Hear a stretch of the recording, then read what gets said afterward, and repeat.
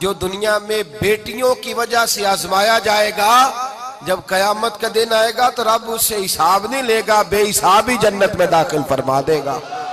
अल्लाह फिर उससे हिसाब नहीं लेगा जो बेटी के सबब से आजमाया जाए। यानी हुजूर ने बाप को कहा कि बेटी को मुसीबत ना समझना, अगर कभी उसके मेके से झगड़े का पैगाम भी आ जाए, अगर कभी दोबारा तुझे उसकी तरफ पलट कर जाना भी पड़े।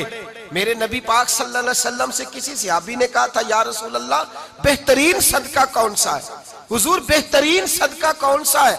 वो मेरा माल जो अल्लाह के रास्ते में खैरात करूं तो रब मुझे ज्यादा अजर अता करे, वो कौन सा है? तो मेरे नबी पाक ने फरमाया, अगर तेरी बेटी वापस लौट आई तलाक की वजह से या बेवा होकर वापस आ गई और तुझे उस लौटने वाली बेटी पर कुछ खर्च करना पड़ा, तो तेरे रसूल का वादा यह है कि अल्लाह तुझे उस रुपए पर सबसे ज्यादा अजर अता फरमाएगा। उस